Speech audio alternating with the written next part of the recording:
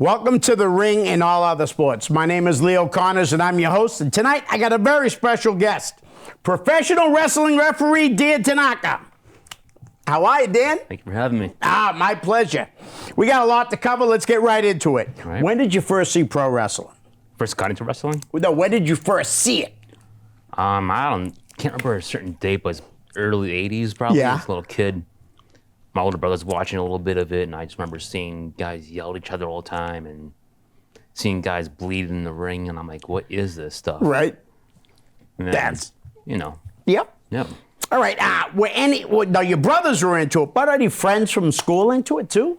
No. Really? Just my older brother, and then I can remember being in Pennsylvania visiting my grandparents, and my dad took him to the Hershey Arena to see a live event there. Wow. And he came back home with a Macho Man foam finger and all that stuff and told me all about it. It's like, oh, wow, that's crazy. That's awesome. Yeah. Very cool. All right. Tell us about going to your first show. The first show I went to go see live? Yeah. Let's see. It was in the Boston Garden, the original Boston Garden, February 92. Main event was Hogan and Piper. Nice. Versus Ric Flair and Sid Justice. Wow. Yep. That's awesome. That was a fun night when I was a kid. Right. Being nearly 12 years old, I think. I was just going to ask you how old you were, so that's cool. And wow. Going to school and telling my friends all about it. And they're like, right. You like that stuff? I'm like, yeah, it's fun. Yeah. I was lucky. I had a few friends that liked wrestling. Nobody in my family liked it. My older brother hated it. My mother hated it. My dad didn't really care. My dad told me his mother liked wrestling, but he didn't tell me that she liked wrestling until I was 40 years old. Well, my grandparents on my dad's side, yeah, they liked wrestling a lot. They came from Japan. Yeah.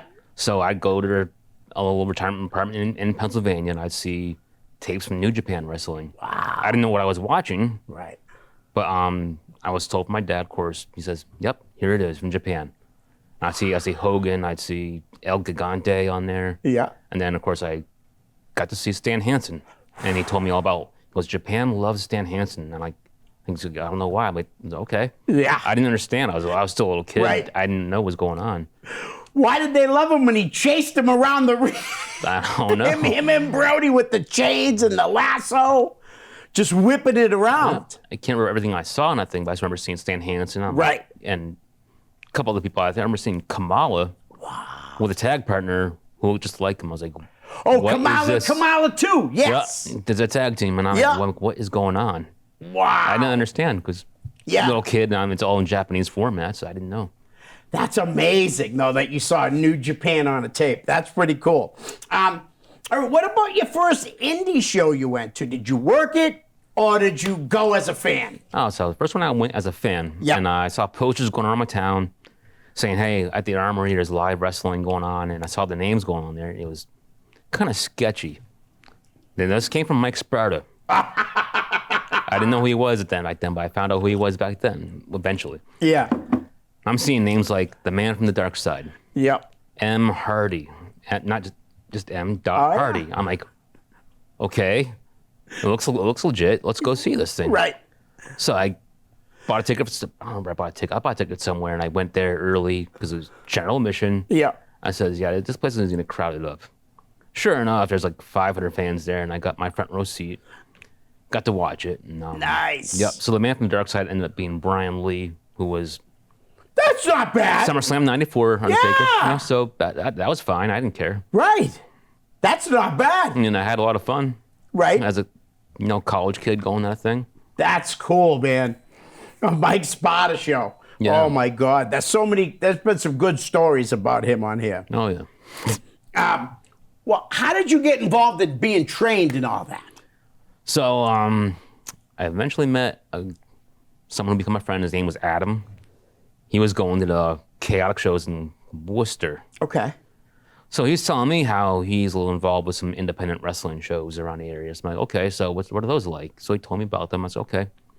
And eventually I went tagged along with him to Northeast Championship Wrestling. Okay. And Natick. Yep. So I was visiting them a little bit, just hanging out. That was John Casey, right? Yes. Okay. That's right. So I hang out there for a little bit, watch shows, and then I noticed they didn't have a ringside bell, Right. and I so happened to have one just because. I don't Wow. remember how I got one, but I just had one. Yeah. I'm like, hey guys, you want to run a ringside bell for the nights and not charge me to be in here? I'm like, okay. Wow. Got in that way. No shit. And then shortly after that, John Casey said, hey, want to be a referee? I'm like, I have no experience doing this thing, so can you guys train me Right. to start off and then tell me what to do after that? Sure enough, then I went there. It was December 29th, 2001. Got there earlier and had a couple guys training me out. It was Chris Antone, a guy named Paul Hazard. He wrestles up in Maine now. I think Okay. it's Connor something now. I don't know what his Connor name is. Murphy? Yeah. So he was training me out too a little bit. Just Right. had a couple guys in the ring having their own little matches before the night. And taught me a little bit that way. And then I had a couple matches that same night Yep. that there were more in the undercard area that were simple, I guess. Right. Yep. That's wild. Was there any? Well, no, because you really didn't really train with anybody, so that takes that away that question. They actually did send me to a school. Oh, okay. They started me with T.J. Richter in Providence, Rhode Island. Right. He had a little tiny facility there that used to belong to Kyle Storm. Oh, okay. So then eventually after that, he dissolved into the WrestlePlex in Woonsocket, which is non-existent now, but it was there for NWA New England. Right. So I was there for maybe another 6, 7, 8 months, I think. And then eventually I went to Brutal Bob Evans. Nice. A lot of people have been trained by Brutal Bob Evans. Yep. For sure. All right. Well, tell us about your first show that you worked. Well, that was that. That was Natick, Massachusetts, Okay. where I got trained before the show started up. And so then, I had 3 matches that night. Very short ones. Right. I think the first one I did was Psycho Mike Osborne, who became Michael Sane later in time. Michael Sane, yep. And he wrestled a Beast, who had a new name. GQ Beast is a Beast with a button-up dress shirt. Okay. You know, I don't remember what that was all about, but yep. So the story was if he could defeat GQ Beast in under 5 minutes, or whatever, Right. he can have, what was his name? Dean Ripley for a couple minutes and pin him if he wanted to, you know? Right. So I had those matches that same night.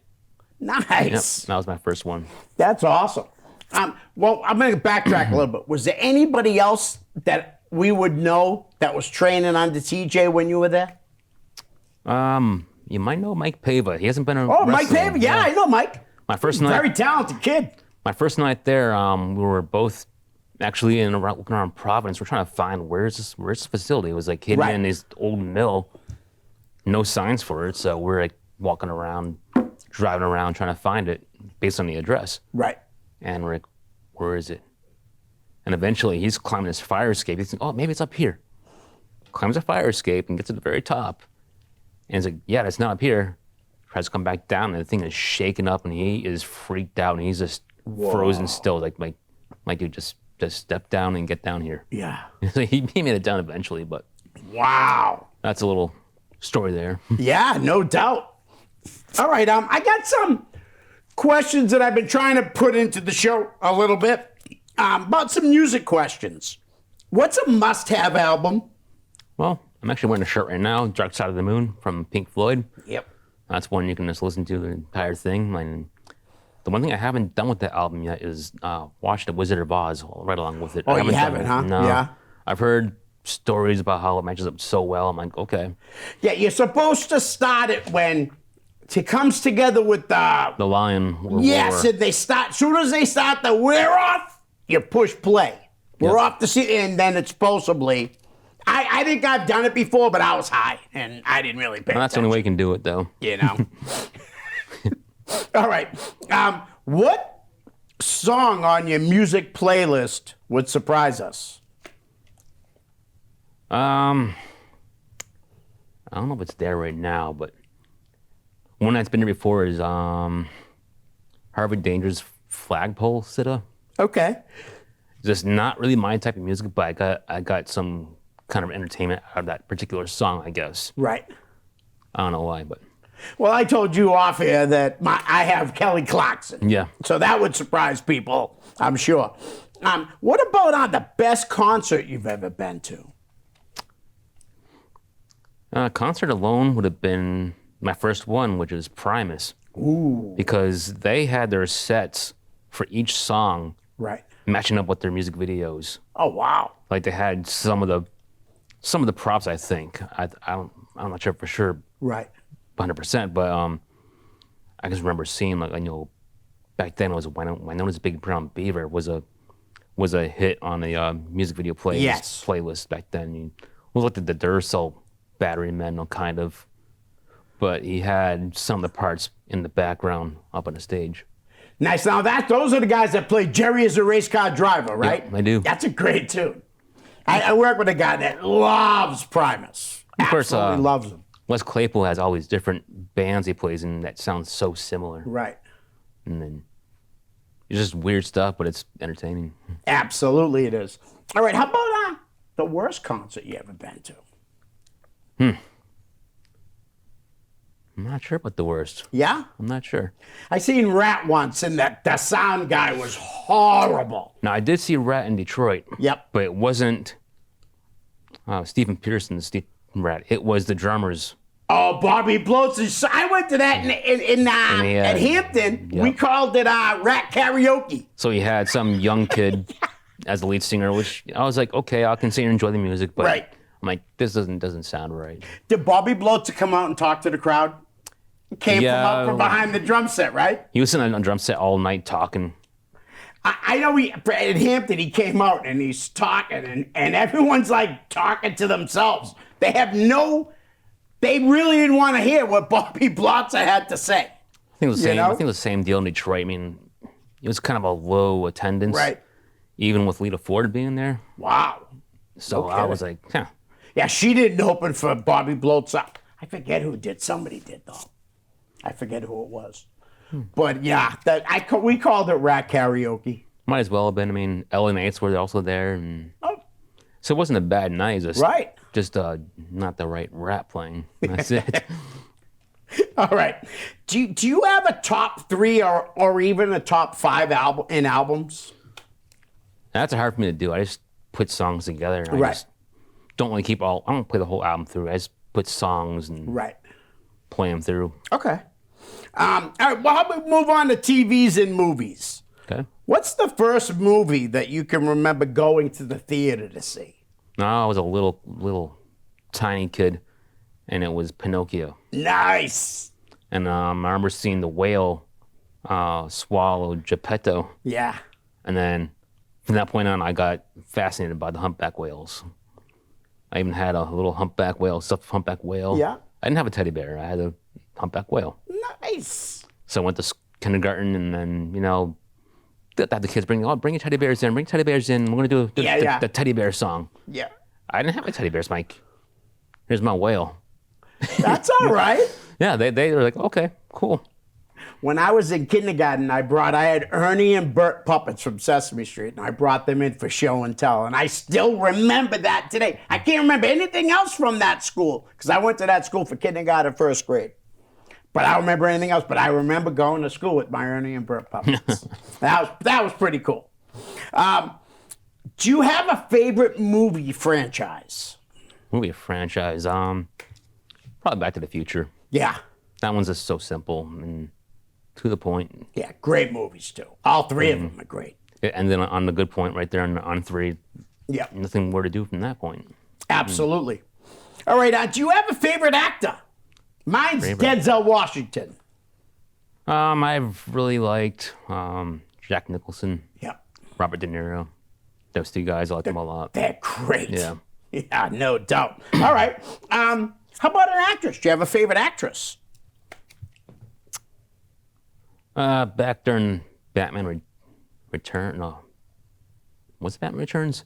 Michelle Pfeiffer was Catwoman. Yes, yes. And just stuff she did from there was also entertaining to me. Right. Yeah. Now, was that the same one that had Poison Ivy in it? No. No? I'm thinking Okay. of more of the early 90s Okay. All right. Batman. What about in school? What year did you graduate from high school? 99. Really? 99, yep. I graduated 40 years ago this year. My high school reunion's a week from this past Saturday, and I'm not going. How'd you do at school? I was basically average, maybe C plus to B pluses. That's me too. I mean, I could have applied myself, but I didn't bother. You know what I mean? Absolutely. I could have. There might have been some quarter periods here and there where I got high B's and high A's, but then I relaxed too much, I guess, and just didn't go so far. Yeah, I was a pothead at school. I'm still a pothead. I was more into yeah. video games. Yeah. I wasn't doing the weed at that point, but yeah. No, I was definitely doing the weed. I've been doing the weed since I was 12 years old, and I'm 58. Been smoking weed a long time. Well, it helps. Yes, it does. Did you go to college? I went to community college for actually television, radio, video production, audio production. Nice. So a couple of things were kind of rolled into one. Right. So I did a little bit of like audio engineering and digital video editing and learned how to make a TV studio production, kind of like this right here. Right. Yeah. That's awesome. So did you go to some seminars when you first started? No, I did seminars later in time. You did? Okay. And do you remember some of them that you went to that were very helpful? Delirious from Ring of Honor. That must have been a good one. Could you understand what he said? Well, or did he talk normal? In a seminar, I guess he had his little medicine to speak. Dude, I never understood until like I really watched him, and it's like he gibbers and then kind of gives you the last three words, which tells you what he's talking about. Yep. It's kind of crazy. Oh yeah. But now his real name's Hunter something, and very good trainer too, from what I hear. And I had his match that same night. Really? And so it was him and Todd Sopel in the main event. And is that for Liberty States? Yes, Liberty States. Nice. I want to say 2010 this happened, maybe 2011, maybe. Nice. So main event, and they're both battling on the outside of the ring. I followed them for a little bit. I'm like, I feel really stupid now. I'm going back in the ring. I'm going to count you guys now. Right. I count, and I get to 10. I call for the bell. I'm like, this is a double count out. Was that supposed to be the finish? No. So should have listened to you. So Delirious grabs the microphone and says he's still no, and translated away he's saying, no, we're gonna restrict the match, have 5 more minutes and whatever. Yeah.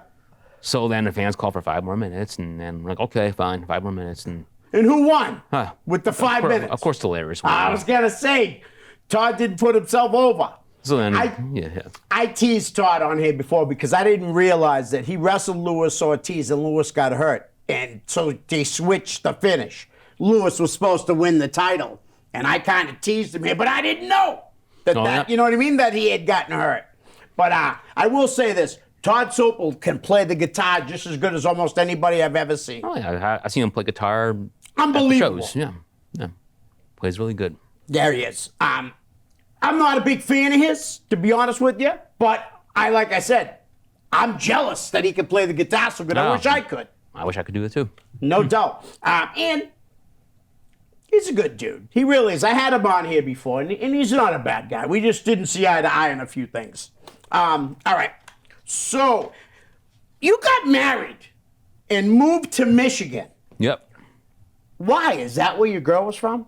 No, she was actually from Windsor, Ontario, across the river from Detroit. So the thing is that she had her grandfather, her grandmother, and her mother passed away all within maybe 1 year. One whole year. It just happened like that. That's crazy. So then she's, of course, obviously very emotional about it, and she's saying, "Hey, can we move to Michigan and be closer to my family and my kids?" I'm like, "Sure, right? Why not?" Yeah. I mean, that's what's important right now. Absolutely. At that point. Nice. So moved to Michigan in summer of 2015. Got there in July of 2015. Now, how long did it take you to start working for companies out there? I was on there right away, actually, because I've already worked with Ring of Honor a little bit, and I knew Truth Martini, and his school was actually short distance from where I was living. Right. So I asked him, I was like, hey, could you help me transfer over to Michigan? He says, yeah, I'll introduce you to some promoters. And so he helped me get my name out a little bit. So, of course, It's more like here's the right people. Right. Go in front of them, and you talk to them. So then, of course, I talk to them. It's okay. Hey, here's my experience. Here's where I'm working. Here's what I want to do with you guys. Right. And of course, That's awesome. I heard nothing but good things about that guy. He's a little crazy, but he's a good guy. Oh yeah, You know? really good guy. That's awesome. Did you run into anyone from New England while you were out there? Shortly after that, I was visiting with a promotion I wanted to work for, Extreme Intense Championship Wrestling, and I'm just hanging out backstage, and all of a sudden, here comes a Taylor Hendricks. Wow. And she goes, Tanaka, what are you doing here? My guy just moved out here. And of course, at that point, she was, of course, living out there a little bit. Right. Yep. So I was like, okay, I didn't know you're out here. So, Wow, that's awesome. yep. You know, it's funny when WFA started up and Sonny was like, Sonny was working with them and he was like, I'm trying to think of people to work, and I brought her up. I'm like, she kind of quit the business after that thing with Ring of Honor and Jay Lethal and all these kind of things. Yeah. But I was like, dude, she's talented. And if you could have got her back, I think that would have been a big score for WFA, but they're doing well anyways. Oh, yeah. I mean, you're referencing for them. Yes. And we talked off here about Alex Kane from MLW. Yep. It's amazing. Yep. Just shaking things up, bringing new faces in. Yeah, and they use a Rex Lawless, Yep. He's also doing good. who's huge, Oh, yeah. huge guy. Also, Luscious Latasha, Yep. She's there. Mosh Pit, Yep. who I'll be honest with you is really good. Oh, yeah. He's doing I really didn't good. know him at all before, I saw him work for WFA. And he is a hell of a talent. Yep. I ran into him shortly after I got back here, actually. I was like, okay, cool. Nice. Yeah, they got a good thing going. Oh, They yeah. really do. I mean, like I was saying, to bring in a guy like Alex Kane from MLW, that's and nobody else is using the guy. Not That's up here, the no. key, to bring in people that nobody else is using, because in New England, for instance, you'll see Brian Malonis on the APW show, you'll see him on a WFA show, you'll see him on Limitless Wrestling, let's say, you know what I mean? Yep. But to see these guys that nobody else books around here, that's smart, Oh, yeah. you know? All right, Dan Ruckus wants to know, what is your favorite kind of match to ref? I like a match where the feud is being blown off. Like, we're here to end it. Right. Those kind of matches where I really like, because you can feel the fans' emotions right Oh, there. absolutely. Invested all in the entire match of like, I want my favorite guy to win tonight. I really want him to win tonight, and it can be so close where they're about to win, but my hand's right here on the mat, but they kicked it right out. I'm like, it's only two. Two. That's right. All right. Any advice? Same guy, Dan Ruckus. Any advice for new refs coming in?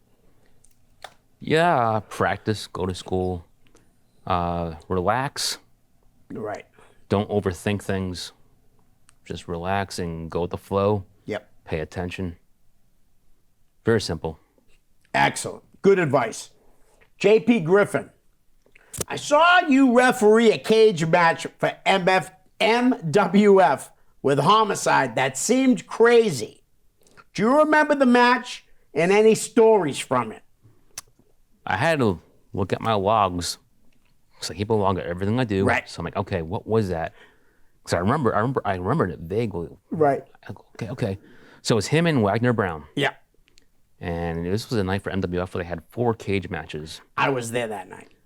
So what happened is Homicide was climbing the cage in one corner, and then Wagner Brown is coming for the door. Yeah. I'm going to open it, and right there behind me, there is Tommaso Ciampa, grabs me and throws me down on the floor towards the aisle. Meanwhile, Jay Busta is going up to the cage to stop Homicide. Oh. And of course, I'm not on the floor, Yeah. and then Wagner Brown's already been dragged out of the cage on the floor, so Wagner Brown won and retained his championship. Wow. Well, JP did hit me up and said that Homicide might have threatened you that night. He grabbed my hand. I can't remember how he got my hand, but he's grabbed my hand. I'm like trying to shake him. I'm like, Yeah. let go of my hand. I'm trying to shake it off, but Yeah. Eventually, it broke off, and I like back up to the barricades, and then closed the door eventually. Right. That's awesome. Homicide's a good dude. Oh, yeah. Don't tell anybody that though, because I mean he plays a heel most of the time, but he really is a nice guy. He's got a soft spot for kids. Oh yeah, too. I've had his match before, but earlier in my times, Right. I was with Pro Wrestling Alliance, which was ran by a guy named John Bolton and Pat Gunner. Okay. So it was a sub-main event. It was a triple threat. John Walters, Wagner Brown, and Homicide. Ooh, that must have been a great match. Oh yeah, and as far as I remember, I didn't know what was supposed to happen. Right. I think Homicide had John Walters pinned. I was like, okay, 1, 2, 3. Oh, that's it. All right. Walked away fine, and Homicide's like, oh, thank you for that match, man. I'm like, I see him. I'm like, that's a little tough guy from the streets. I'm like, wow, it's actually pretty nice. Yeah, he actually is a nice guy. All right, Ryan Drew. Who is the biggest a-hole you've worked with? And just before you say anything, Joey Eastman, Aaron Morrison, and Tim Murray all said it's them. None of those guys. Right? I usually don't work with many assholes, but if I were to name anybody, it would probably be Skunk O'Malley. Oh, definitely the skunk. We all hate the skunk. And he didn't do anything to me personally. It was just like, wow, you are someone I don't want to be around. What are you doing here? Yeah, he's a just a dick. Yeah, he really is. He's a piece of excrement. Yeah, and I got a good story actually. What's that? I got a good story about Skunk outside of wrestling. Okay. Because one of my old high school friends was visiting his friend who was getting a gutter cleaning service done. And one of them was wearing a wrestling shirt, and then the guy on a ladder cleaning the gutters out says, yeah, I used to be a big-time wrestling star back in the day. I'm like, who was that? He goes, I don't know his name. I'm like, was he kind of chubby? He goes, yeah. I'm like, did he have his hair spiked up and took a mohawk? He goes, yeah. I'm like, oh, God, that was Skunk O'Malley. Yep. He says, yeah, he said his name was Skunk, and he was the big star. I'm like, no, he wasn't. No, he wasn't. He almost got killed by Mav at a friggin' practice or something like that, like for Jeff Costa's school or whatever. Yep. Or it might have even been Mav's school by then. I don't know. But Mav has said it here how he wanted to kill Skunk O'Malley. I heard a story from Mav also on a show where they made his elaborate rib on Skunk. Yeah. Got a cop involved to say, oh, there's just drugs in your bag. There's cocaine in your bag. What's going on? Maybe we're about to ready to arrest him, and he's just flipping out, yelling, woo, because I guess he was some fake Ric Flair gimmick back then. And the cop got so pissed off, he was about ready to just arrest him right there, just for that. Just for being a jerk. Yep, it was a rib. It's like, why are you flipping out so much? Wow. That's wild. Yep. Because, I mean, I don't really know the skunk. I just know that he really was a piece of excrement from what everybody that sat in that seat has ever said about him. I've never heard one person say anything nice about him. Oh, no. They shouldn't. Right, they shouldn't. You're right. Didn't he get arrested for smacking a lady or something like that, too? Yeah, he's been arrested for a couple of things.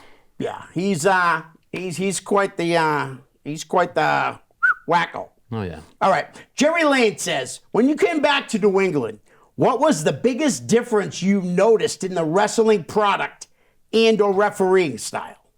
I saw a whole lot of different faces. All the faces I knew before I left are not around anymore. Right. Maybe a small handful of them are. Yeah. But other than that, I'm seeing a whole crop of new faces. I don't know who these people are. Right. But of course, I've been getting to know them now. But it's like, right. When I came home, I was like, who are these people? So I know you're working for WFA. Yep. Who else are you working for?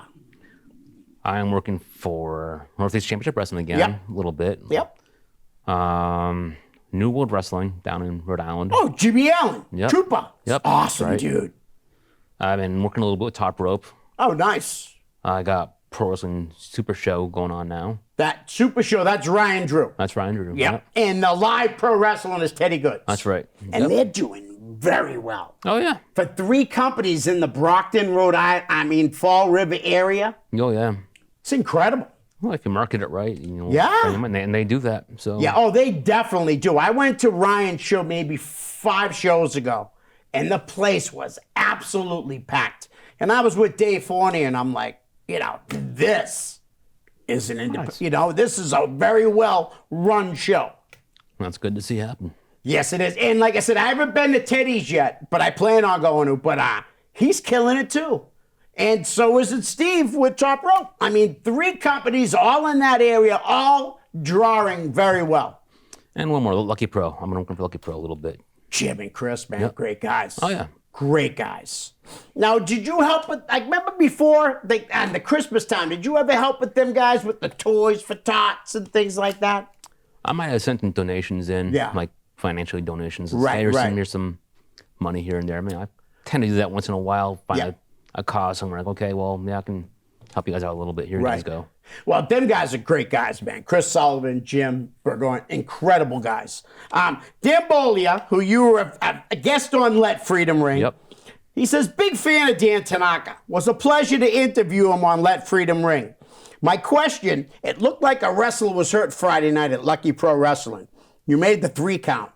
This recently happened at AEW, and the referee did not. He got heat for it. And in your opinion, what is the referee's job in that situation to ensure the well-being of the wrestler? Well, you got to really check on the guys. And a problem with that is sometimes guys can think they're okay and keep going, and they're not okay. I had that happen when I first got back here, actually. My first night back here. Stephen Lust and I'm forgetting his gimmick name now, something in... It was just a proving ground. It was for the DLC championship. Apple Cinnamon? His old tag team partner? Yeah. Pimp Apple Cinnamon. No, Pimp Daddy Apple Cinnamon is his name. So Sounds at some point, I guess, Apple Cinnamon guy, he hit his head on the he hit his head on the mat. I'm like, okay, are you all right? He goes, yep. And he really wasn't. Get backstage, and he's still in starting to show signs of concussion. Wow. We'd ask him questions and say whatever to him, and then like a minute later, he forgot that happened. Like, hey, you just told us that. He goes, no, I didn't. I'm like, you just did 1 minute ago. He goes, wow. Are you guys ripping me? Like, we're not ripping you, dude. Are you ripping us? What's going on with you, man? So eventually, his friends who were closer to him said, "You're not riding your motorcycle home tonight. You're going to the hospital. You're getting checked out." Wow, no kidding. But yeah, nothing happened as far as finish for that one. But as far as Lucky Pro, I did notice that Carlos V landed kind of rough. Okay. And that was the finish. After we're done, I'm like, "Hey, are you okay?" He goes, "My neck hurts." Okay, it looks like you landed kind of rough. Are you sure? Can you feel your legs? Can you feel your toes? He was like, "Yep." I'm like, okay. Just take your time getting up. Wow. And before the match even started, he was picking on some small fan in the crowd, maybe with special needs. Yeah. He wasn't going rough on him. He's just the kid wanted to wrestle him. He's like, "Oh, come on, wrestle me, kid. Come wrestle me." Yeah. I'm like, you stay back. I'm like, "Kid, go back to your seat, please." Right. But I'm thinking in my head, okay, so how about we have the babyface put you in the finisher one more time? Yeah. Have the kid come in and pin you, 1, 2, 3. Give the kid an unforgettable night. That would be incredible. But because he landed so weird and he was not feeling good, I'm like, I don't want anybody touching you, man. Right. That's crazy. Yep. Wow. Now, before I get into the next question, I just remembered, weren't you at a show and did you have a heart attack at a show? No, I was actually out driving my girlfriend at that time to a store to get scrubs for her schooling. Oh, okay. And so on the way there, I'm starting to feel like stabbing pain on my back, like my neck area. Right. And I have no idea what's going on. I'm like, maybe I just need a heating pad later on. Whatever, and I start spreading out to my chest. I'm like, what is this? No kidding. And I'm starting to feel weaker and weaker. I'm like shaking up like this. I'm Yeah. like, what's going on? I pulled over to the side of the road. I'm like, I don't feel good. It goes away. I'm like, okay, I'm fine. Get back on the road, drive and get to the store, and I'm feeling it big time now. Right. I'm like, I know what's going on. Girlfriend grabs my phone, calls my mom, and says, hey, does this ever happen to him? She says, no, I'm getting to the hospital. Right. So we switch seats. I put my GPS to say nearest hospital. I was right down the road. And it so happened to be the #1 higher Texas survivorship hospital No in the kidding. state. So I got in there, it was Worcester, UMass. Yep. I just walked into the ER. I'm like, hey, I'm having severe chest pains and I'm like, very weak right now. They saw me walking in like I was Right. in trouble. So they got me into this little triage area, EKG, and they rushed me off to the back room. And these doctors saying, kid, you're having a heart attack. And how old were you at that I time? was just about to turn 31. Wow, man. And I had some funny questions come up. Well, honestly, good questions at first, but the last question was kind of funny. Well, why is It's like, oh, do you drink a lot of alcohol? I'm like, no. Smoke a lot of cigarettes? Nope, I don't smoke cigarettes at all. Last one they asked me goes, do you do steroids? And I'm like half naked on a table. I'm like, does it look like I do steroids? Yeah, look at me. Look all the steroids I do. I must be doing them wrong. What's going on? Yeah, you're doing them wrong. That's funny. Do you remember, you work for Bradley, right? Yes. D. Yes. The- yes. Kevin Landry as, Yeah, big. and that was like a rib on steroids. Calling Big. him D. Big guy. What Yeah. was that called? Demerol or something like that? They didn't call him anything, just call him No. D. They called him D, but I mean that the steroid that they were like Yeah, trying to put him make under- fun of was started with a D. Put under a mask and it was D. Right. Yep. Dude, he was huge, man. I Oh, remember seeing massive. him wrestle for Jeff Coster, and I mean, I literally, the first time I saw him, I'm like, man, why isn't that guy on television? No, You know what I don't mean? He's huge. Exactly. And he still runs shows, I guess. Out in Here and there. Yeah, in Springfield area, Springfield. Yep. Have you worked for Hammer Tunis's company? I did before I moved out to Michigan. Right. And that's before I even knew I was going. Did a Oh, couple. wow. I think I might have done 1 or 2 shows for him, and it's just like, I'm like, listen, man, I gotta go now. Right. Wow, that's crazy. He does a good job with his company. All right, Ash Bryan. Something tells me that it's really Brian Ash is his name, but it's Ash Bryan. That's what he goes by on Facebook. How about some Adam LeClaire stories? And can I ask, who's Adam LeClaire? Is he a guy from well- Michigan? No, he's actually from Clinton, Mass. Oh, really? And actually, he was the guy I met at a Calc show where he introduced me to all the independent, smaller cool. time guys around the area. And eventually, I invested money in with him to run shows ourselves, Yep. which wasn't really a smart idea for me just to throw money away like that. Right, I mean, right. And then You know We- better now, don't you? I know a lot better now. I mean, eventually I broke off from him and I was going to invest into NCW, which went on hiatus, which it was kind Right. of a blessing for me financially wise, just Right. not to put my money to running shows without knowing. But if the you would have business. ran shows with John Casey, you would have been good, though, honestly, because he's a yeah. good dude. Oh yeah, I mean, he was friendly with. There would have been no fooling around trying to, you know, get money out of you. Oh, of course not. I mean, he had several investors involved, like maybe Right. 7 investors involved at the time. Oh, wow. That was back in like 2001 Yeah. or 2. But yeah, LeClaire was not happy with me. Of course, I understand. Of course, Yeah. breaking off from a supposed friend to run shows with somebody else. But Right. then I really thought maybe I shouldn't have been running shows at all. Just I shouldn't have invested with him. It's like, Yeah. no, I'm not going to invest in this stuff. Right. While I was basically just thinking, oh yeah, I'm going to be a promoter. I'll be like Vince McMahon. And like, Right. Even though I knew it wasn't going to be quite like that. I was just thinking, oh yeah, we can do a promotional independent show and be like maybe Paul Heyman maybe Right. one day. But That would be awesome, being a course. little ECW. well, of course I did. Of course I learned quite quickly how much money it takes to Right. run shows. I mean, and it wasn't a good idea for me being a college kid at the same time. Right. It's funny because I have cousins that say to me, "You're so into wrestling. Why don't you run shows?" You know what I say to them? You got a couple $1,000s I can borrow? And they go, $2,000. What do you mean, borrow? I said, well, actually, just give it to me because I'm going to lose it at first. Oh yeah, you know. I said, that's why I don't run shows. It's not that profitable. No, not. You gotta build it up and Absolutely. All right. So, Mav, chiming in here. When Dan worked for me, Front Row Wrestling, he was instructed to call the matches as legit competition. Yep. He, in fact, once called the match early because someone gave up to a headlock a minute in parentheses, which I loved, he said. Does he prefer a heavier hand where rules and his authority to enforce them count, or does he prefer things a lot looser? Great question, Just to Matt. correct him a little bit, I did not do that match. Oh, you didn't? That was Mike Crockett, but there has been matches in his promotion where I had to call things Yeah. on a shoot because things went the way they did. Some guy's shoulder down for too long, or something along those lines. I can think of one story was Matt Spectral, Tarzan Taylor against Tony Starr. Yeah. This is for the Granite State Championship up in Rochester, New Hampshire. And G.K. Durant had me distracted as a manager for Spectral, I believe. Yeah. Had my foot and grabbed my foot, like, hey, let me go.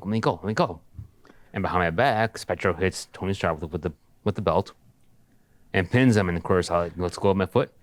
I go for the count. 1, 2, 3, kick out. I'm like, well, that's a 3. Right. And of course, they weren't too happy with me, but Matt backed me up and said, nope, Dan's right. And that was 3. That's wild. Now, as far as his question, I do prefer things to be like that, more of a Looser shoot. or heavier? Maybe Or a little, maybe a little bit looser than what he wants to have it, but Right. still more on as a shoot. Right. I get guys sometimes today saying, don't count us out, don't count us out. I'm like, so listen, I'm going to count. If you don't want to get counted out, Right. and then you got to do something to break that count. I'll be reasonable with my cadence, Yep. but I'm counting. That's And awesome. That, of course, that happened to Delirious and Todd Sopel. He got Yeah. counted out. That's awesome. G.K. Durant, who you just mentioned, who also is another very valuable guy to show up at a show. Mm-hmm. And also one other guy, Todd Graham, is really good at because he can do commentary, ring announcing, refereeing, anything. But GK wants to know favorite mofo Steve Bradley match you zebraed for. I didn't get very many of those. Really? But if I had to pick a favorite, it was during their tag team championship tournament where they determined the first tag team champions. Yeah. So it was Steve Bradley, Tim McNeely versus Nightbreed, which was Seth Rollins and Gallo back in the day. Nice. That must have been a really good match. Oh yeah, I was just thrilled to be there. I was still pretty early into my run. I was like maybe in my 3rd year, and I'm working for Steve Bradley. Yeah, no doubt. I'd love to get Tim McNeely on here. He'd be a yeah. great guest. Oh, I'm sure. He's got great stories. Yeah, he does. All right, Jeb Juckett. You know Jeb, right? Yep. What's your favorite moment in the ring? I can't pinpoint an exact favorite moment, but my favorite moments are, of course, where the fans are really invested into the moment. Right. You know, and I wish I could think of one off the top of my head right now because so many things have happened. Right. All right. Yeah. Actually, I don't think right now. Actually, I might have told a story already on Dan's show, but NECW, it was a main event championship match where Paul Lombardi was the champion. Yep. Versus Chris Venom. Wow. And of course, That kid was amazing, Chris Venom.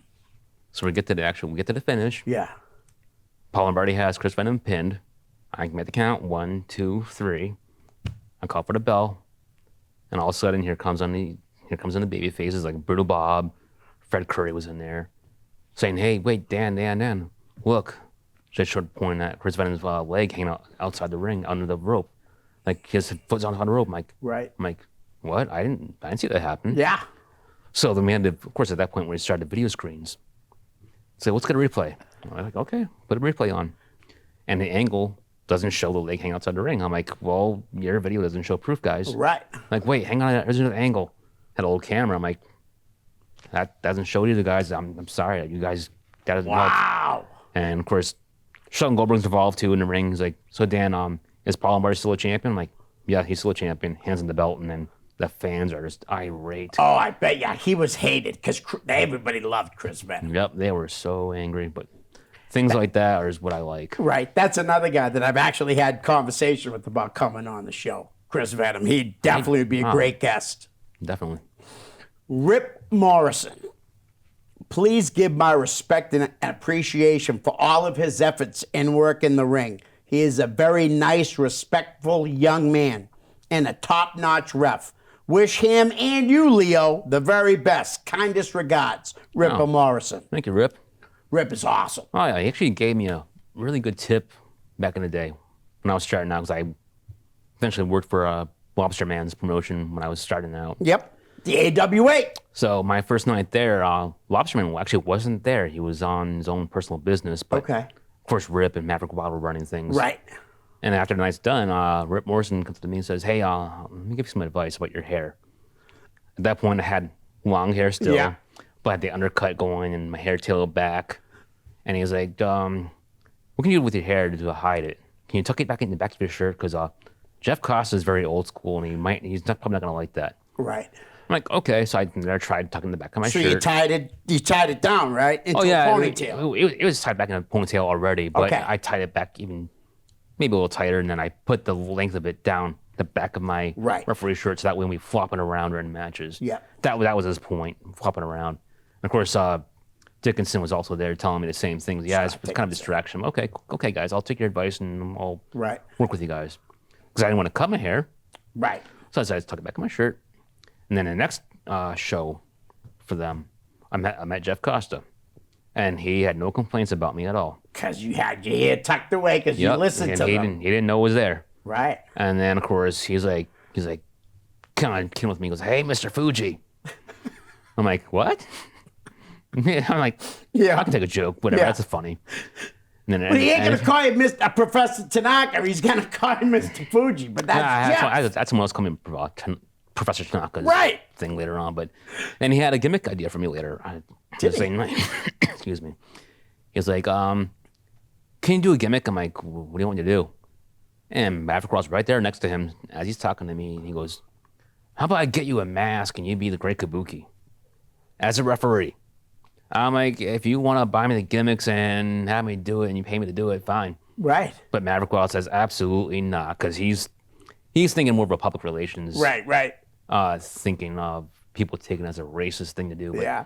there's no racist bone in Jeff Costa's body, so he's not, Would you have done the spin before you went down to do the pin as the Great Kabuki referee? If that's what he wanted me to do, That would have been a good move. Whatever. I mean, his promotion was that direction to do that kind of thing, because he had all these different gimmicks there, the Stingray and different things there that were Kevin Nash, Ua, yeah, right? Because he would And say Kevin Kevin Nash, Ua. Nash, and the bottom, this big, it would say Ua, Nashua. Yep.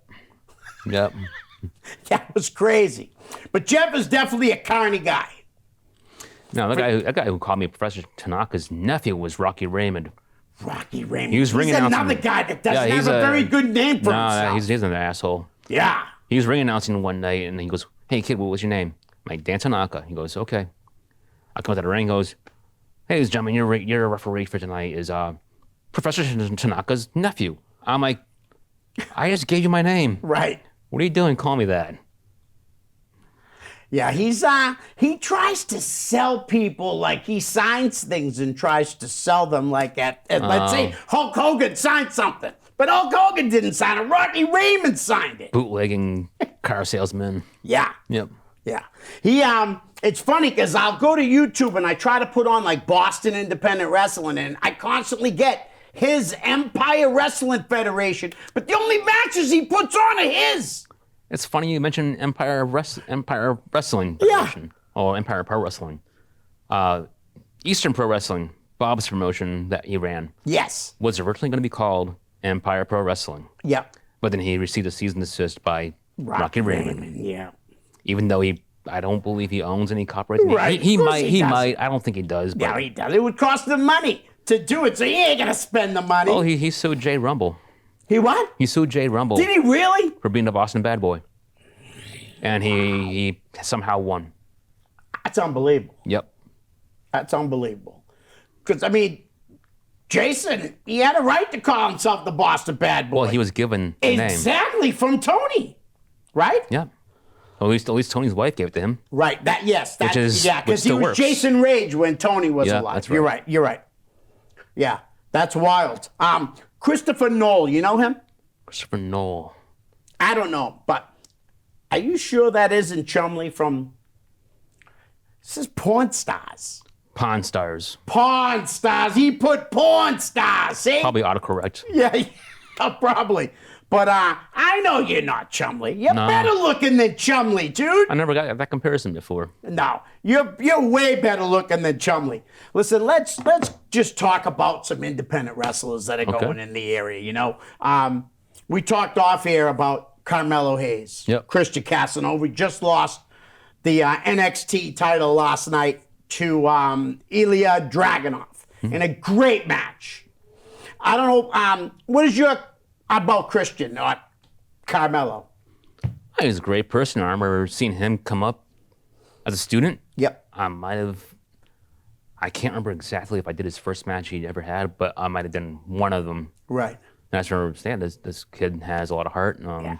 He listens to his trainers. He's going to be just fine no matter where he goes. Right. Now, was he doing the Michael Jackson Thriller? He was, England? and I remember he did that well. Oh yeah, he did it really good. I mean, I remember being at Ring of Honor camps with him, and he was doing it there too. And there's like saying, kid, you're great, and you're doing the Michael Jackson thing great. That's entertaining, but you need to drop this Michael Jackson thing and move on with your own thing. Right. And he eventually did it, and he fired all the way up, and look at him now. It's amazing. I saw a thing on I read on the internet that Shawn Michaels said to Christian or Carmelo, "What do you want?" And he said, "I want to be the top guy." And Shawn Michaels said to him, "Let's make that happen." Yep. And look at him. I mean, honestly, he's an incredible wrestler with charisma out the wazoo. You know? Yeah, absolutely.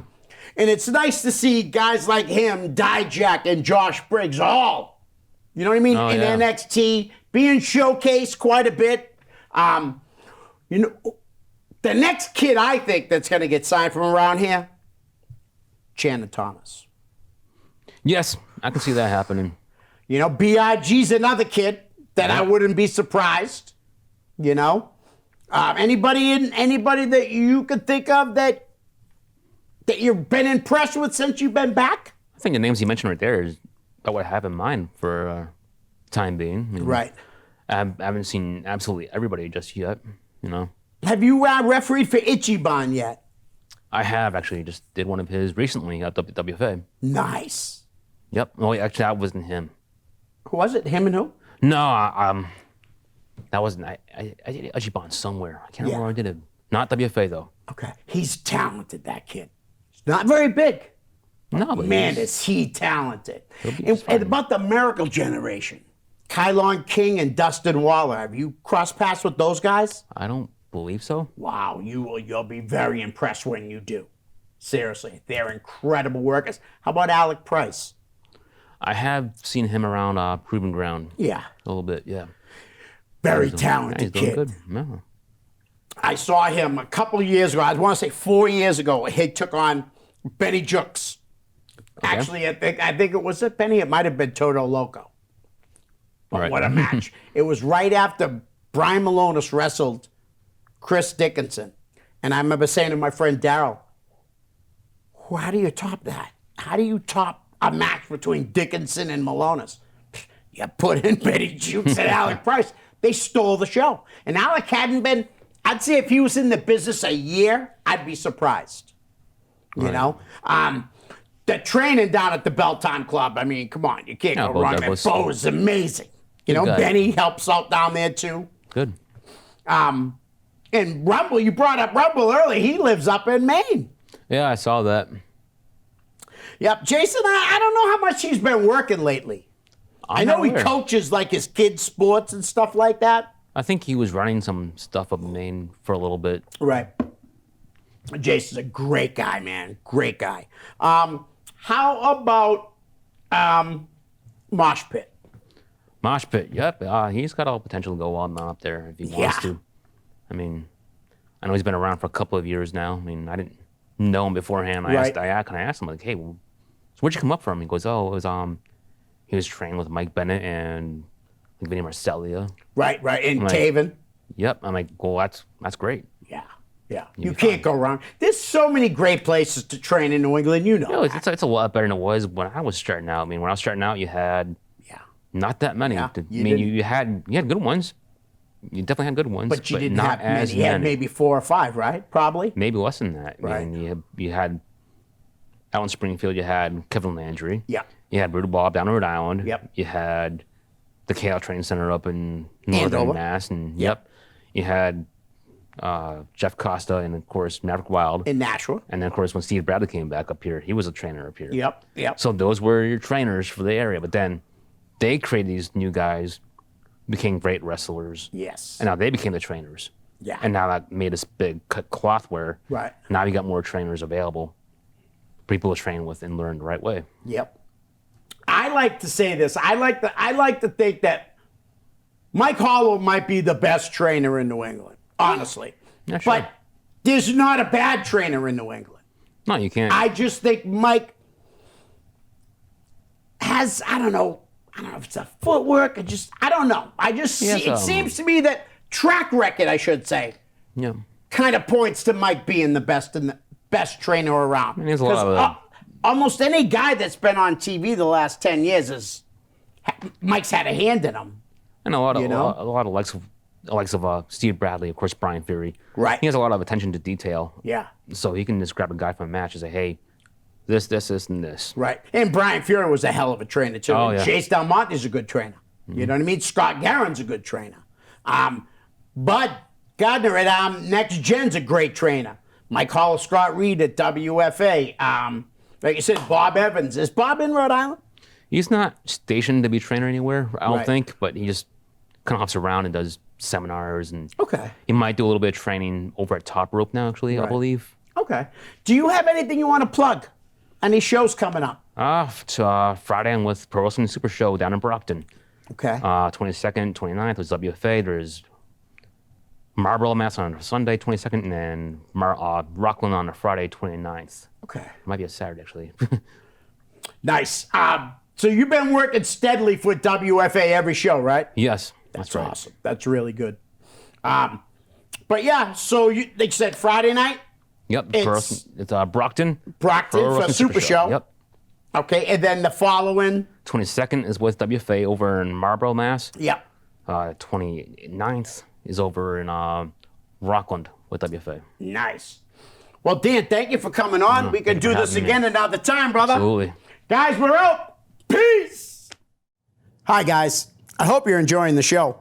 Listen, I could use a little help to grow my YouTube channel. So if you could please like, share, and subscribe. That's most importantly, subscribe. Send me a direct message, and I'll give you a shout out here on the show. My YouTube channel is real simple. It's just my name, Leo Connors. Thanks in advance. Peace.